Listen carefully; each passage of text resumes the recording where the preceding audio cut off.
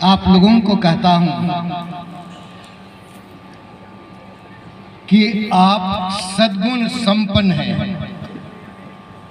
सद्गुणों से भरे हुए विद्यार्थी और सद्गुणों से परिपूर्ण प्रोफेसर हैं। आज सुबह से लेकर आज अभी तक जिस तरह आपने अपने सद्गुणों का परिचय दिया है, ये बड़ा ही अनोखा है।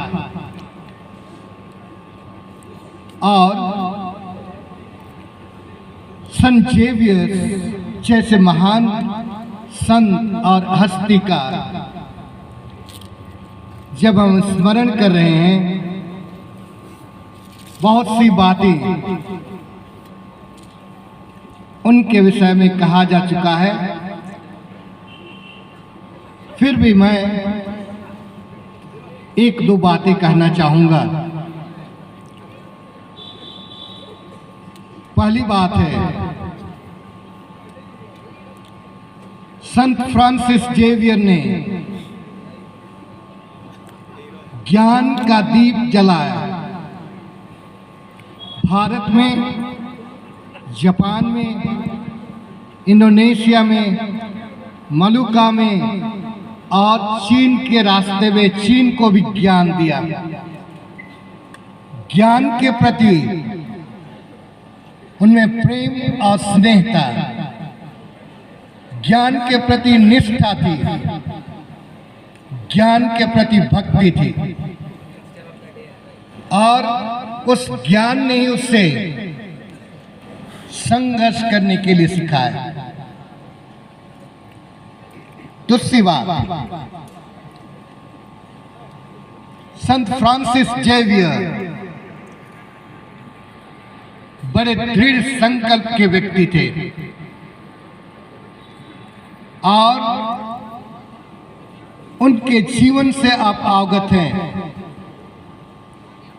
कि कितनी कठिनाइयां हुई, कितनी समस्याएं हुई, लेकिन उन समस्याओं को अवसर के रूप में देखा और समस्याएं नहीं, उनके लिए अवसर बन गई जिससे ज्ञान को दूसरों को दे सके, ज्ञान से दूसरों को आह्लादित कर सके, दूसरों को प्रेम से बांध सके। तीसरी बात, उनके व्यक्तित्व से हम अपना व्यक्तित्व का विकास कर सकते हैं।